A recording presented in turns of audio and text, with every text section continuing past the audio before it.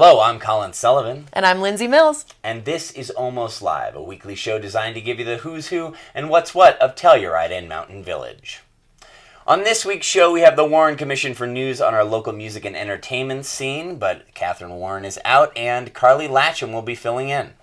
Then we're going to have a couple of conversations, first with Stephen Roth, the food and beverage director from Telski, and then with Tracy Walker, the children's librarian at the Wilkinson Public Library. And then, in recognition and celebration of this week's world-famous Telluride Film Festival, we'll look at two special Retro Ride episodes, looking at interviews with Glenn Ford and Forrest Whitaker. Then we have a new episode of Undercover at Between the Covers with Diva Chisonis, and then we're going to see a special piece on the preservation of the valley floor titled Priceless. We'll get a reminder from local rapper Lionel Starr to pick up after our doggos, and then over to Yoga with Barbara for reclining bound angle pose, also known as Supta Baddha Konasana. But now, off to Carly and Colin for the Warren Commission.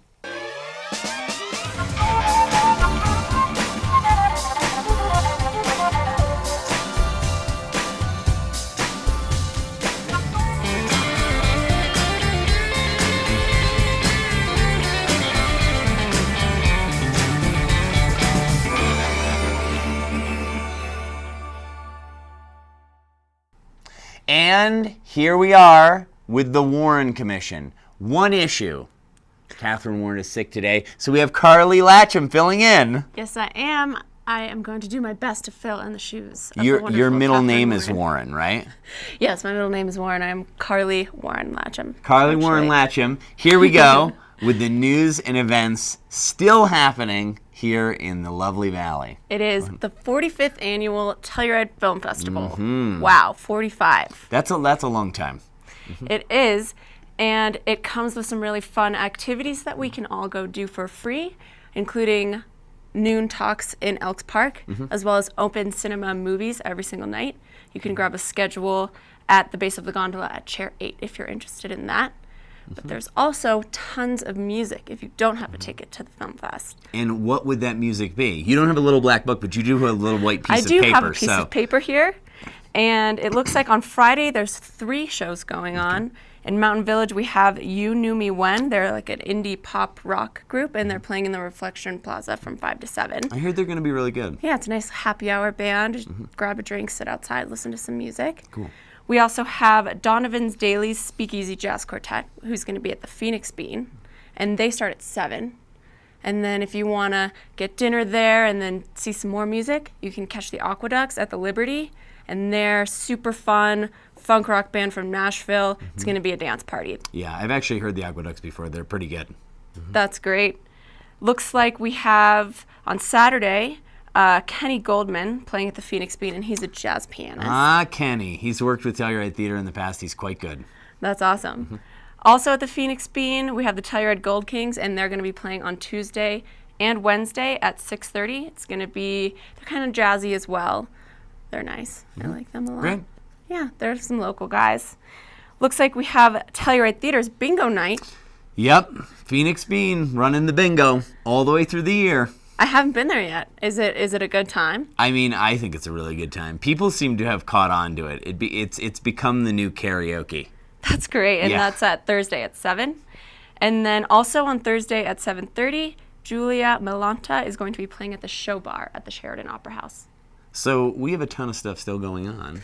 Oh, yeah. And if you want to know more, you can read the Warren Commission. Warren Commission. At the Watch, in the Watch newspaper. That's right. Catherine, we miss you, but Carly, you did a great job. Thank you. Let's head over to Diva Chisonis now with Undercover at Between the Covers.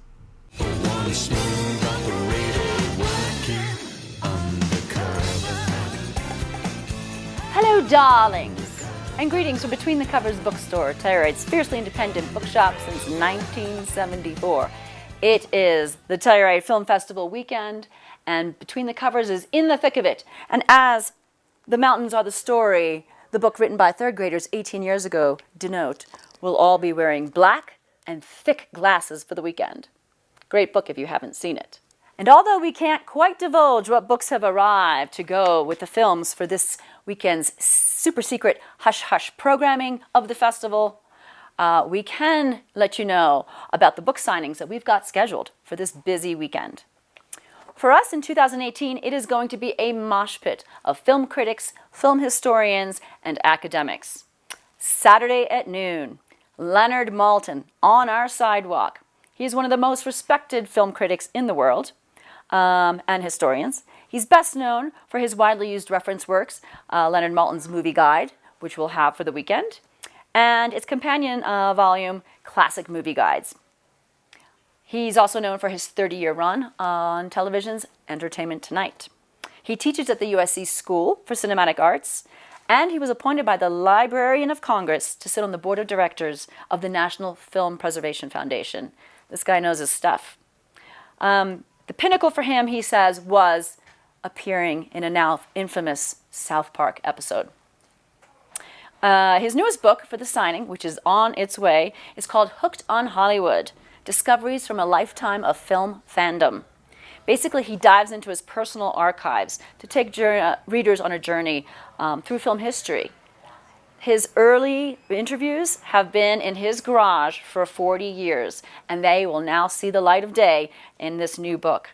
For future film scholars, you're going to need this. So Saturday at noon on our sidewalk, right here at Between the Covers. Sunday at 1:15, we will have the incomparable Annette Insdorf after her Elks Park talk that she has been giving since before the Ice Age, I believe.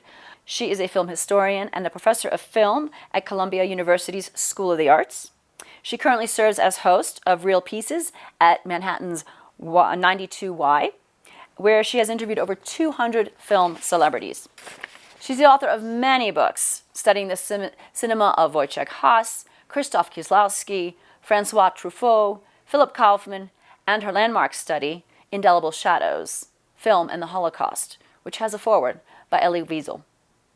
Her new book is Cinematic Overtures, How to Read Opening Scenes. It's adapted from a series of her lectures about the relationship of opening scenes and the titles to the body of the actual film. In a recent interview with Fareed Zakaria, she says that there's usually an expertly hidden clue or a series of them that unlock a film's themes if you're paying attention in that very first scene. She studies the films Sunset Boulevard, Psycho, Apocalypse Now, The Graduate, and many more classics. So come meet the diminutive but mighty gal that Forbes calls a rock star cinephile.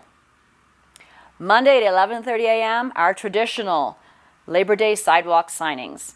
This year we'll have Joe McBride, who is another film historian. He's an educator and an author, but also a screenwriter. He's got numerous biographies out of notable film directors, and a book on screenwriting, and also an investigative journalistic book on the JFK assassination.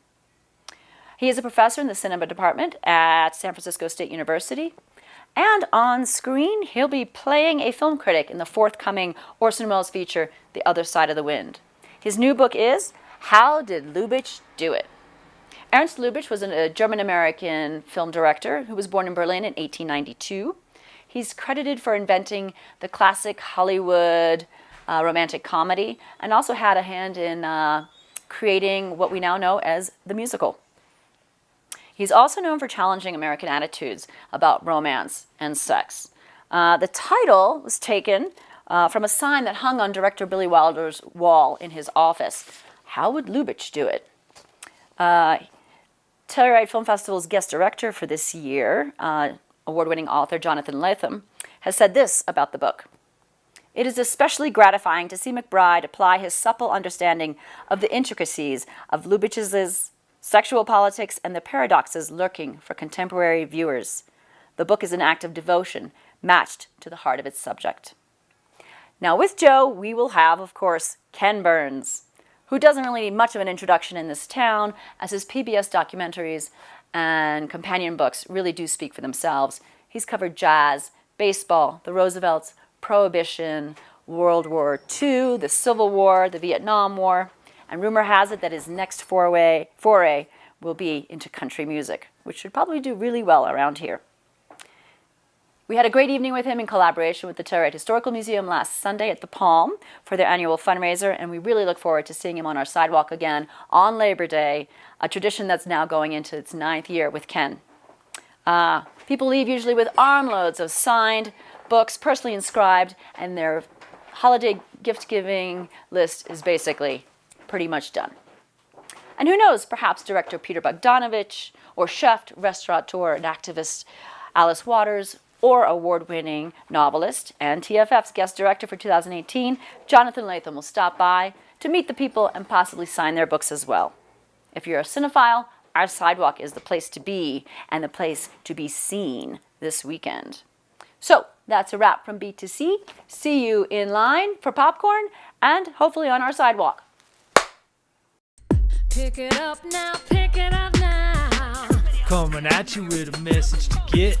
It's time for you all to start picking up after your pet. I know he's cute when his tail wags. But do us all a favor and grab a little plastic bag and pick it up when he goes, so no one knows that your Labrador did his thing. Cause I don't wanna see it when the snow melts in the spring. That's right. Yeah, I'm a dog lover too.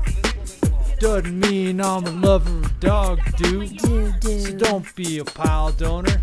Pick it up, y'all. Be a responsible dog owner. And leave no trace. Listen up now. And keep our town a beautiful place.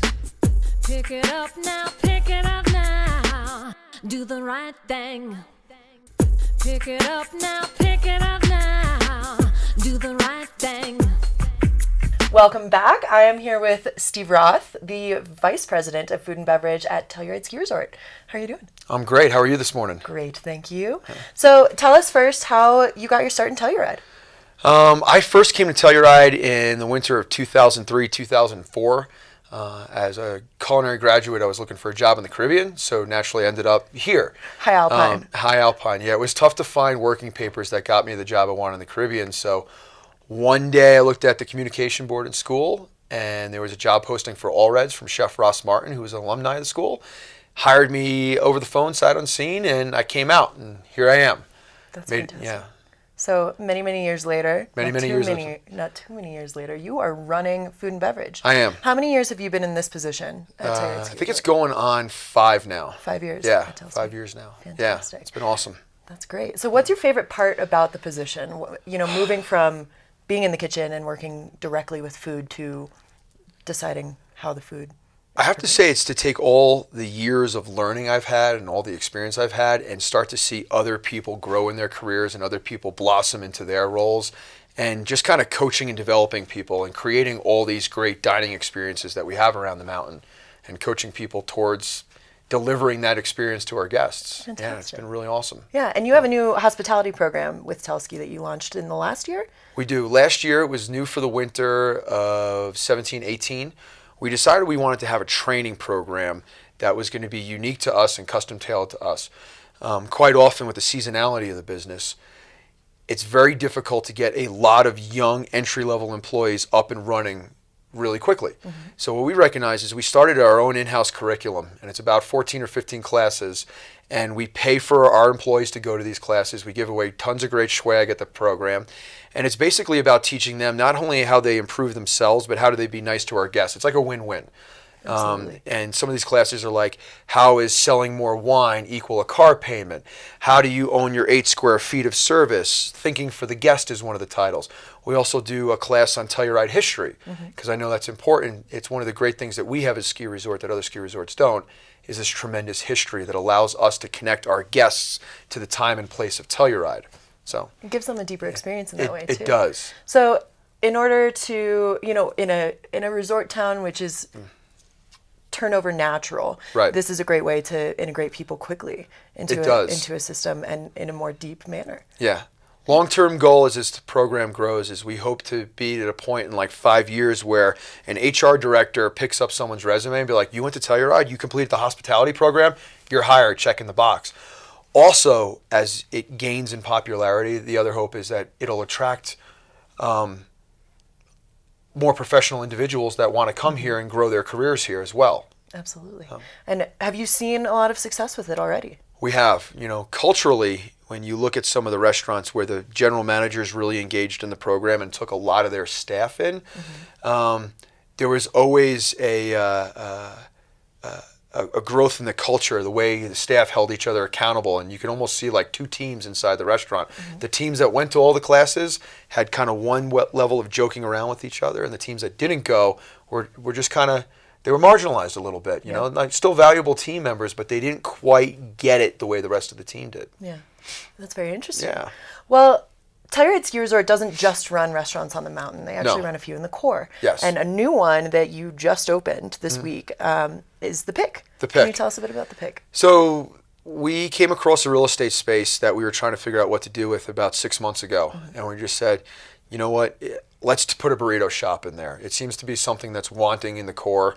So we kind of drew up the plan. We drew up how it was going to look. We looked at a pro forma, and the Pick just came to be. It was a natural. Jared Campbell gets credit for the naming. I want to go on record as that, you know. And it just kind of ties into our mining history. So this is not your typical Mexican-style burrito shop. This, by calling it the Pick and designing it very modern, is going to allow us to do a lot of fun and exciting things with this place.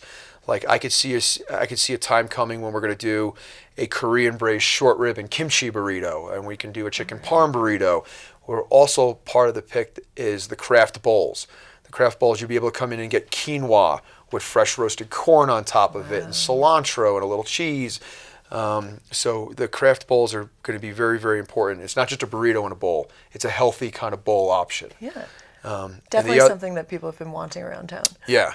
The other signature of it is we're going to really focus on a variety of different salsas, chutneys, and sauces to finish your burrito with. So Great. That'll be really cool. Fantastic. So anything else really exciting happening at Food and Beverage on the resort this year? You know, it's always about continuing to progress our restaurants and to get them better and to, you know, develop and evolve with changing eating habits. A couple of things we're looking to do. We're going to try and get the Big Billy's Children's Skis program up to a very, very high quality standard so parents can feel proud about what their kids are eating and not just be chicken tenders and tater tots. Bon Vivant, we're going to do a couple of new things on the menu there this winter. The noodle bar at Garana Ranch continues to evolve. It's on season 3. One of my favorites. Yeah, great value. You can get to pick and choose whatever you want in there. So good. So, yeah, that's really good. And I think Chef Nico has some good surprises in store for us this winter up at Alpino Vino. Yeah. Fantastic. Well, thank you, Stephen. We appreciate you sitting on the couch today. Definitely check out the Pick this week. It's brand new to the Mountain Village core. Now we're going to check out a retro ride flashback to a Telluride Film Fest interview with Forrest Whitaker.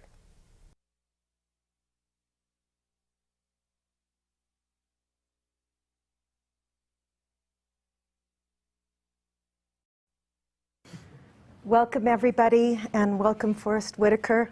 How many people have gotten a chance to see The Last King of Scotland? Yeah. Congratulations to all of you involved. I was coming here on the plane, and I started reading the Telluride Film magazine, and the director, Kevin MacDonald, talked about a dream that he had the night before filming, where Idi Amin appeared at the foot of his bed. This kind of menacing, powerful, silent but breathing presence. I wonder if he made any visitations to you in the course of that film. You know, when you're working so intensely, like 14 hours a day or whatever, and playing a character like that, even your dreams start to fill with the character. You start to feel sometimes like you're dreaming like the person, that the dreams aren't even yours, you know? So I had many dreams during the process. Some of them helped me, some of them informed me, some of them I was confused by. But I did have dreams a lot. When you say confused by? Well, because I think, you know, I like tend to believe that dreams have messages in them. They're trying to say something to you. And so I can't always decipher them. I try. I don't know, sometimes it's very straightforward. I'll see, you know, life, or I'll see doing something, or I'll see some other incident, direct or whatever, but sometimes it's very abstract. Sometimes it's like a great film where you don't remember the whole film when you wake up, but you remember like this iconic image from it, from your dream. And that kind of is the way dreams are for me sometimes. That image sometimes explains a feeling that I had during the dream that I try to keep. That one lullaby in the movie, my assistant and me, like, you know, created that in our room, you know, just kind of figured it out. You know, that's cool. Did you have Well, I'm just going to jump way back in your life for a second here, but what's the first time you stepped on stage? Well, I stepped on stage before I was acting. I was a singer. So the first time I stepped on stage was in Jesus Christ Superstar. And I was playing Simon. And I had a singing role. It was like, I had never taken an acting class. And the next year was the same with the cabaret. I sang. I didn't take an acting class until I was in college. It was just music originally. And originally I went to college studying music. And originally, music is how I got my first agent, because I was doing an opera, and then the person saw me, they became my agent. And so that's how it all began. You're going to hate me, but I wondered if you felt like singing. You don't ever? I don't know. It's a question you always ask. No, only certain I used to people. could sing, but no, not now. Maybe. Well, when you said Jesus Christ Superstars, suddenly I went there. But that's your call. But when I thought I saw somewhere in all of it that you were an operatic tenor. I was a tenor then. And this whole film felt so operatic to me as I was watching it this morning. Epic and operatic. The stakes are so high, and the characters are so, I think, large. You're dealing with life and death and passion, and so I think it becomes more grand. That was a cool piece there, an interview with Forrest Whitaker, with the Forrest Whitaker. We have so many huge stars that come every year for Film Fest in our tiny community. I know, one of many, many big festivals here in Telluride, and Telluride TV loves being involved in the local community, whether that be with festivals, music, the students. Speaking of local community, Lindsay, Telluride TV is a public access channel that depends on public support. We want to give a shout out to a few of our most generous supporters, the Telluride Ski and Golf Company, the Telluride Foundation, and the towns of Telluride and Mountain Village. Now let's head to the Valley floor to look at a piece by Tim Johnson, Priceless. Telluride's a really special place. No matter how long you've lived here, every time you come back, you drive into this valley and say, what an amazing place. Most people who've been here for any length of time, they remember their first trip up the canyon, and it's one of those things that stays with you and is behind the love affair that we have for the landscape here. You see this peaceful landscape that is preserved for wildlife and for the environment. It really sets the tone for what Telluride is. It sort of defines who we are. We love the out-of-doors here. This is what we respect. The town really began talking about the valley floor back in the 70s in terms of wanting to protect this area. A lot of us, didn't want to see the valley floor taken over with high-rise condos and galloping development. We really wanted to have that incredible gateway that looks up into the mountains and takes you beyond Telluride and up into the slopes. Fortunately, a lot of the citizens had the vision to think in terms of, we're going to grow, we're going to develop more. We have one shot, we need to do it correctly. In putting that master plan together, we identified the valley floor as the top priority for protection, much to the consternation of San Miguel Valley Corp. There were noises being made about developing the valley floor. So people were becoming aware that, there was a threat there. San Miguel Valley Corporation, the owner of the valley floor, went to Mountain Village with a proposal to annex to Mountain Village. And that's when the public got very upset about the potential for development in the valley floor and knew that we needed to galvanize an effort to preserve it.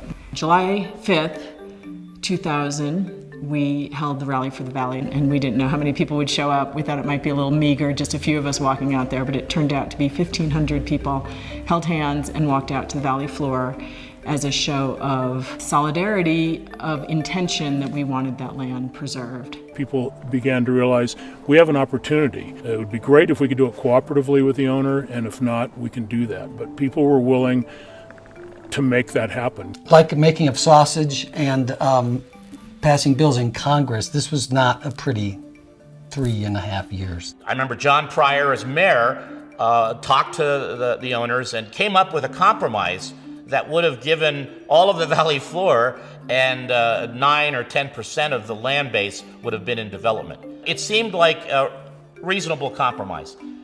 We took it to the people, and the people said no. This was a situation where compromise was not an option in my mind. It seemed so obvious, and yet we were up against, this big corporation who actually owned the land, and most of us are familiar with trying to solve problems like that through zoning, not by just saying, well, then let's just buy it. In '03, we filed a condemnation action.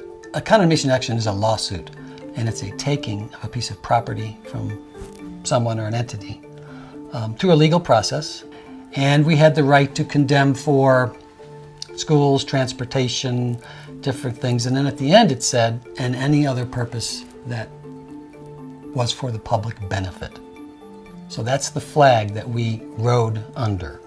When you go through a condemnation process, the first thing you have to do is have the land appraised, which we did, and came in at, I think, $22 million as an appraisal. And the landowner successfully had the jury trial moved from San Miguel County Court because he thought he couldn't get a fair and unbiased trial here to the Delta County Court. I was at the hearing, I stepped outside and I called Kodo and I asked them to put me on the radio. And I said, we just finished the appraisal hearing and it's $50 million. And the DJ says, 15? I said, no, 50. He goes, I think he said, oh shit. And I just collapsed on the floor. I'm like, we've come this far, but we can't do that. I was devastated. I thought this is the end. But other people didn't. They just were, nope, we're gonna do this. We had a 3-month timeline. We had to raise $50 million. Half of that, half was bonded in 3 months, and it was a highly stressful time. We were grasping at ideas and creative ways to be sure that we got the ear of everybody who potentially could be a supporter for us. And they stepped up. We had more than 1,700 donors in the end. It was like a wave. It just couldn't be stopped. One person would give, they would get their friends and circles to give. Our idea was, let's just create so much hope that it's so powerful that this will happen. The community came together as I hadn't seen in 4 decades, and bring me to emotion thinking about the sacrifice that people made to make it happen. It was beautiful. People ask me now, how did it happen? And my only answer is it was magic. I mean, it all came together. Though Telluride's more successful than we ever thought it would be, at least we said, wait, there's limits, and just the sense of open space that you can breathe. Open space is a critical component of quality of life. Families who you see out there enjoying nature is heartening. It's funny, I had an amazing situation last night in a bar in Telluride, and a guy sat down next to me. He says, so what do you know about this valley floor? Is it true nothing can ever go out there? I said, yeah, nothing, no permanent structures, it's public access. And he goes, that's amazing. And I looked at him and I said, it's priceless.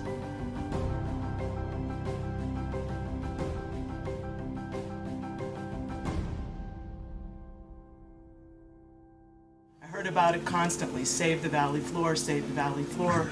It means something to everybody who lives in San Miguel County. Several times in your discussions you've made reference to the fact that this might happen or that might happen if the community wants it. Could you clarify what the community is that you're trying to consider in those kinds of statements? I wish I knew. We could probably help you with that. I hereby proclaim May 9th Valley Floor Day. Today and every May 9th, we celebrate this breathtaking portal that welcomes you to the Telluride Valley, whether for the first time or the millionth. This community has ensured the preservation of this common ground so that we can celebrate and cherish it forever. I'd like to make a toast to all of you to Telluride, this place we call home.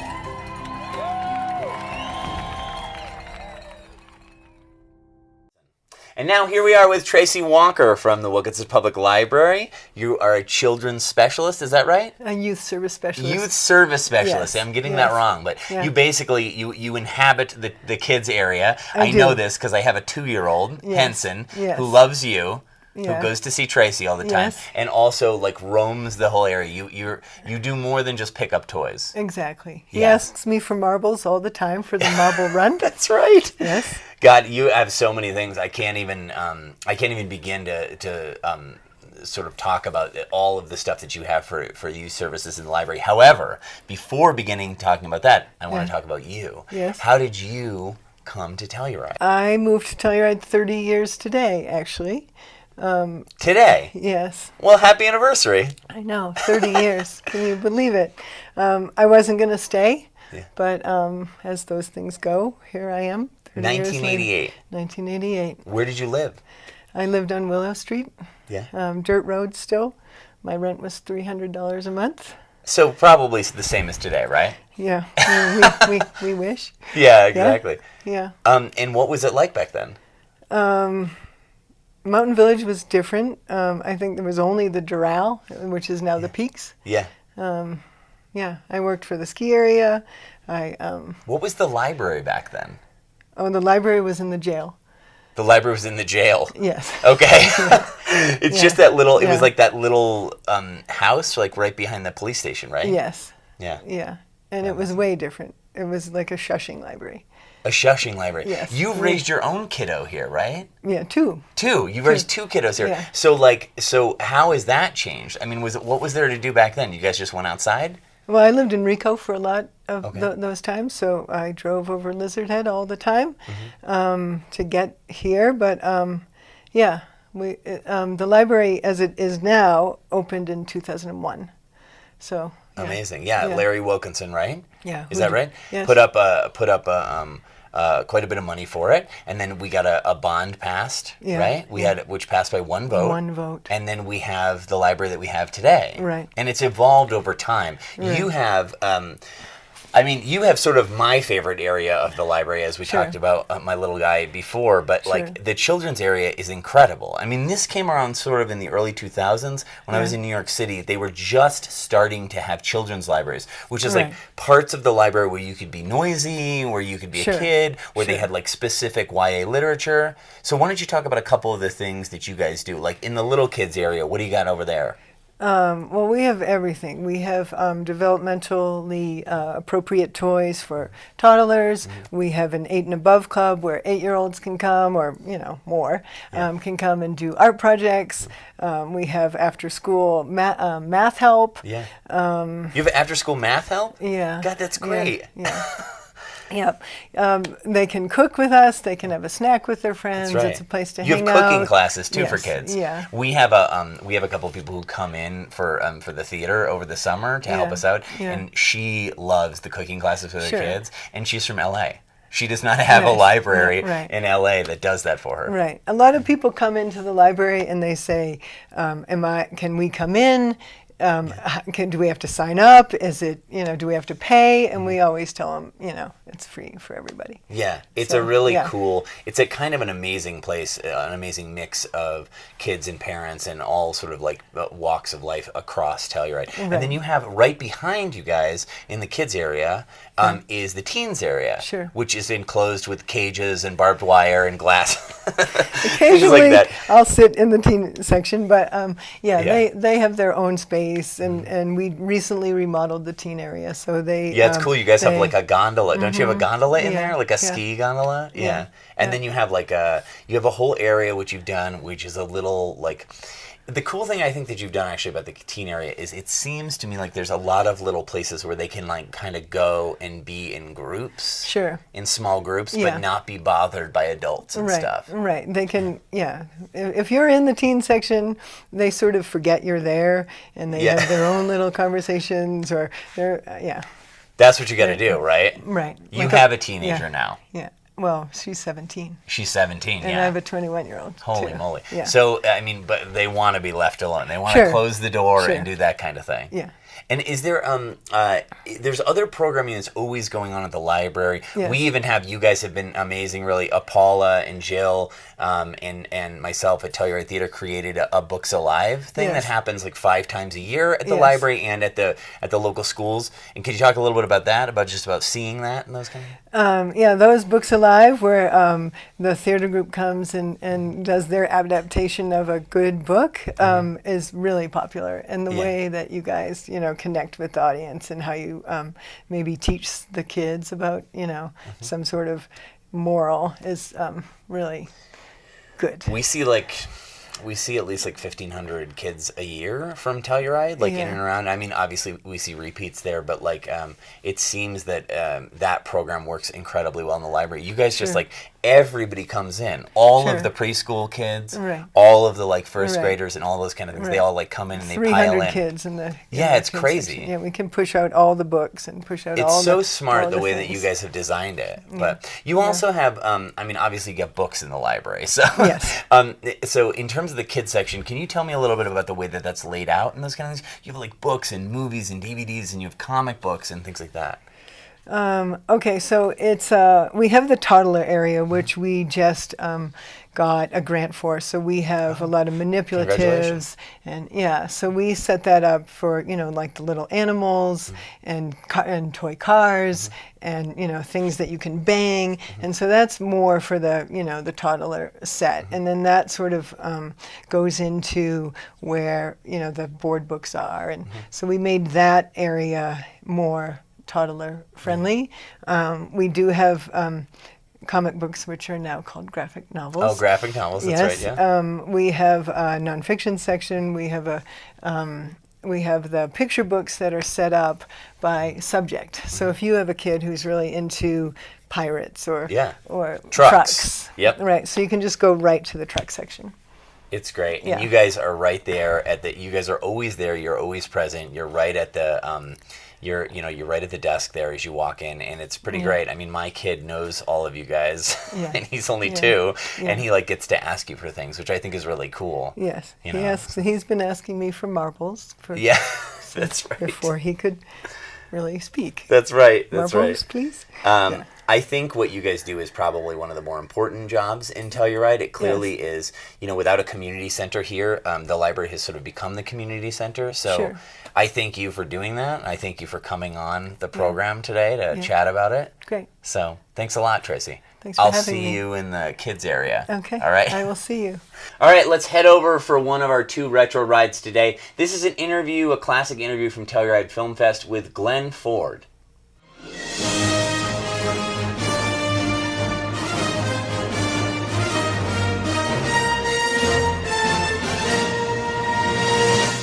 You'd always be aware of these actors who play Western heroes or hero or whatever you want. They wear 2 guns. Forget it. Nobody wore 2 guns. If you didn't know how to shoot one, you didn't wear any.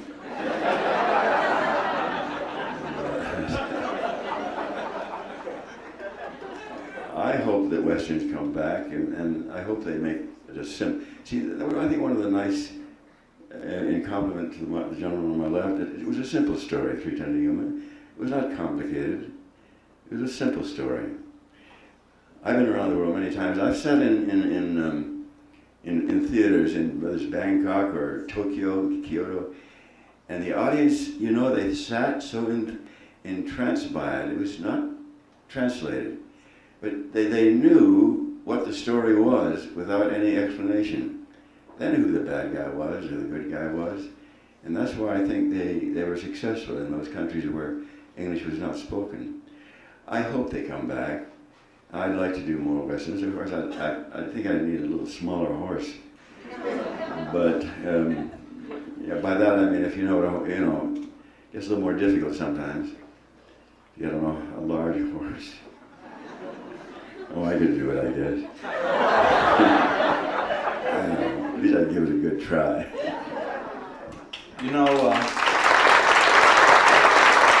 Well, of course, Gilda is I don't know what to see now, 130 films. 130 is a lot of films, and Gilda was certainly one of my favorites because I deeply loved Rita Hayworth. Well, Gilda was a true story. We didn't do a lot of acting in that. We cared for one another. She was my next door neighbor, actually. And I should have married her. We were very close to one another. And what do you say about Gilda? I don't think it would have been as good in color, for example. I hope they don't colorize it. You can. When a film is made in black and white, the method of shooting it, method of photographing it, is done entirely different than they shoot Technicolor. And when you colorize black and white, you take away some of the drama, the contrast. The contrast in black and white is what makes it strong. And you don't take away the strength of a movie. And I shouldn't, you know, I guess there's people who know more about it than me, certainly, but Gilda was a very favorite. And if I start to talk about it too long, I'll probably start to cry. But you know what I mean. Your memories some are beautiful. And every memory I have of Rita is beautiful. So beautiful I can't tell you. So anyhow, that's about as much as I think I should say about Gilda. It was true. When you mentioned Fritz Lang, I did 2 films with Fritz. He was supposed to be a very, very, very difficult man to work with. And when I first was told by Mr. Cohen that I was going to do a film for Fritz, it was the Big Heat. I said I'd like to meet him first. So I was in, Benny Thaw, was it? Remember Benny? Benjamin Thaw at Metro? He probably ran Metro anyhow. He was a marvelous man. He had me come in and meet Fritz. So I walk in the room and here's Fritz sitting there with his monocle, you know, leering at me sort of. And I walked over to him and I said, I can't use his words though, can I?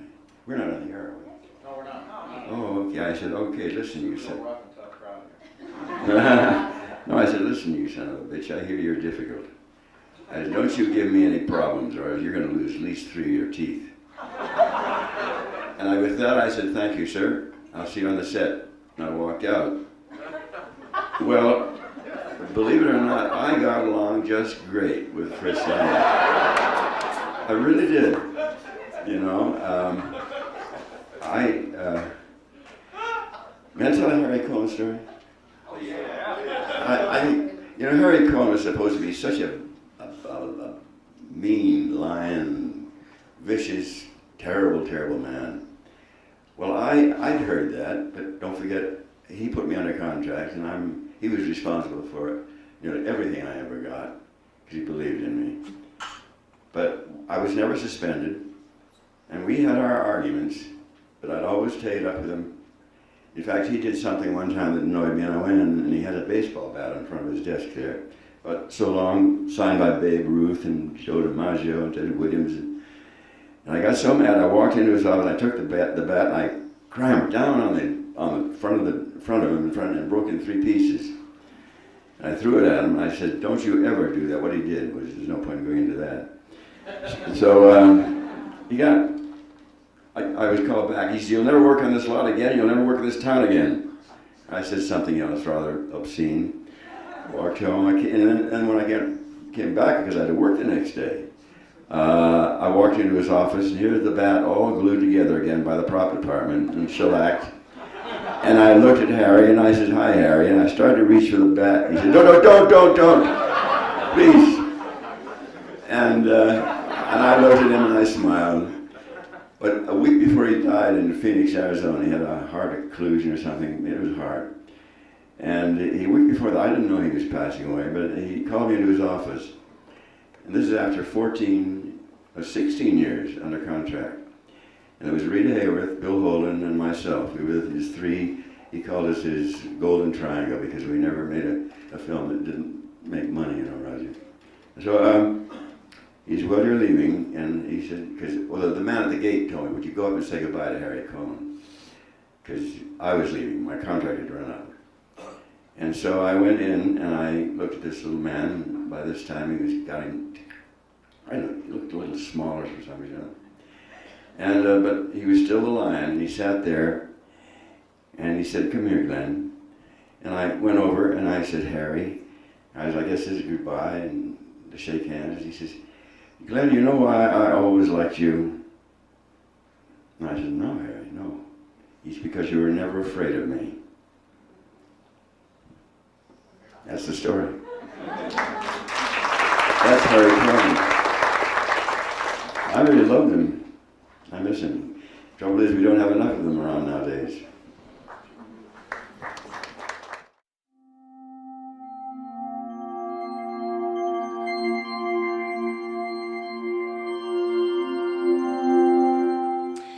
Welcome welcome to this mini yoga series in beautiful Telluride, Colorado.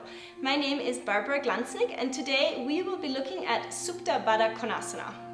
This mini series is really designed to provide you with some easy stretches that you can do throughout the day, especially when you don't have a lot of time. As always, I really want you to focus on the breath, so we're going to inhale and exhale through the nose only. Also, really move with care and honor where you are today. Okay, let's get cracking. So come to your mat and lie down on your back. First, I want you to have your legs extended. Knuckles of the big toes are touching. If you feel like your neck is hyperextending backwards, place a bolster or a little bit of blanket or anything that you can find underneath your head that gives you just a little cushioning and allows you to tuck your chin. Take a couple of breaths here. And then on an inhale, I want you to simultaneously bend the knees and then reach your knees to either side, bringing the soles of your feet together.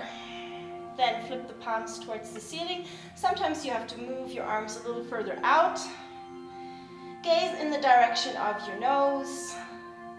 If this is a very intense stretch for you, you can place cushions or blocks underneath your thighs here to give you a little support.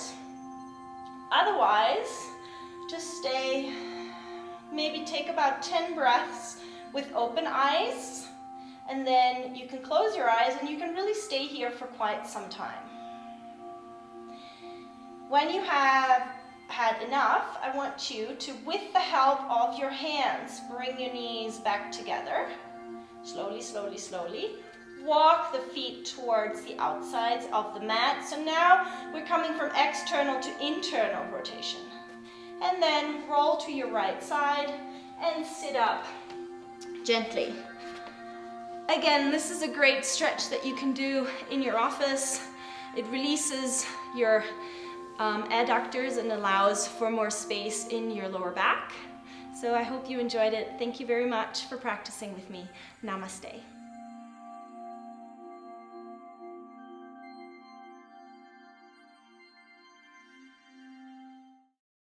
That was a great piece of Yoga with Barbara with Supta Baddha Konasana. If you're ever looking for longer form pieces to practice at home, you can always check them out on YouTube. Well, almost live is almost over. But never fear. If you missed any part of the show today, you can catch it. Almost Live airs every morning, noon, and night on Telluride's cable channel 12. And if you miss it on TV, you can always catch it on YouTube or Facebook at Telluride TV. We'll see you next time. See you next time.